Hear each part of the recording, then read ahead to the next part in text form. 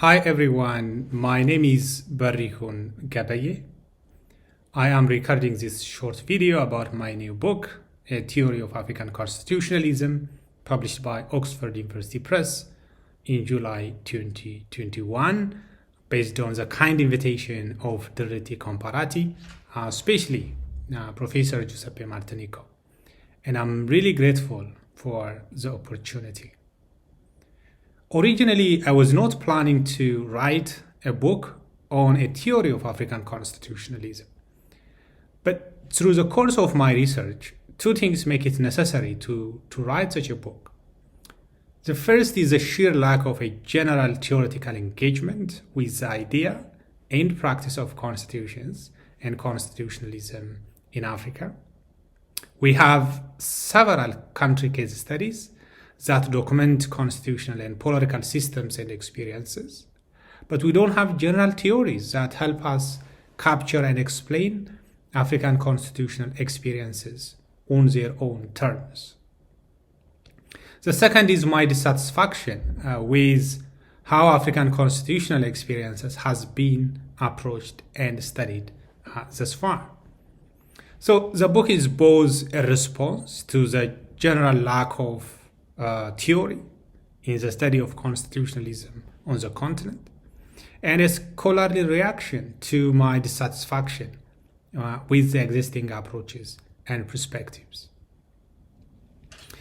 The book asks and seeks to answer two simple questions: why we need a theory of constitutionalism in Africa, and how this could offer us better theoretical and practical tools with which to understand, improve, and assess African constitutionalism on its own terms. By locating constitutional studies in Africa within the experiences, interactions, and contestations of power and governance, beginning in pre-colonial times, the book presents the development and transformation of African constitutional systems across time and place, along with the attendant constitutional designs and practices, ranging from the nature and operation of the African state, to its vertical and horizontal government structures, to its constitutional rights regime. The book offers a theoretically and comparatively rich, historically and contextually informed, and temporally and spatially extensive account of the nature, travails, and incremental successes of African constitutionalism, with detailed case studies from Nigeria, Ethiopia, and South Africa on diverse topics such as federalism, executive power, and constitutional rights. The central argument of the book is this: African constitutionalism is legally syncretic, that it is a unique blend of international law, colonial laws, indigenous laws, and liberal constitutional norms that both trigger and produce constitutional change and transformation, while simultaneously animate and structure constitutional design and practice in Africa since the colonial encounter. The syncretic origin and feature of African constitutionalism, I argue in the book, is key for understanding, improving, and assessing constitutionalism in Africa. I will give you three examples how African constitutional design and practice is legally syncretic. The first is the state itself. The African state is a syncretic state in the sense that it was created and to some extent still maintained through a unique configuration of international law from above and indigenous laws from below.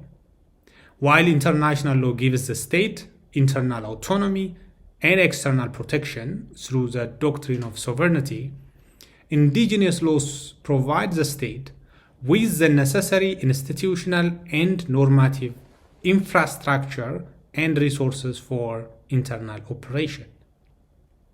These are the material legal conditions on which the written constitutions are working or supposed to work. So a syncretic state particularly depends on and is vulnerable to both external factors such as international law and institutions, and internal factors such as indigenous laws and institutions. This syncretic feature of the African state changes the way we think about constitutional law and practice on the continent. The second example is the legislature.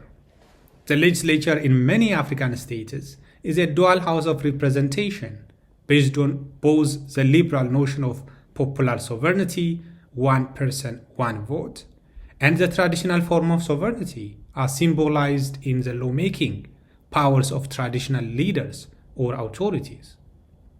Traditional authorities are incorporated into the legislative branches of government in different ways, as part of parliament, as a separate house of chiefs, as part of local government, and finally and most importantly, as authors of customary laws, which are one source of law in many countries. And the third and final example is related to constitutional rights. The constitutional rights regime configures rights rooted in both the liberal tradition and African cultures, such as the incorporation of constitutional duties along with constitutional rights. For example, individuals have constitutional duties towards their families, communities, and states. And there are also different conceptions of equal treatment and equal concern in constitutions. So what does all this mean? This means that we must think differently about constitutional design and practice in Africa. Especially, we must take the issue of sovereignty seriously, constitutional reform comprehensively, and diverse constitutional values seriously and respectfully.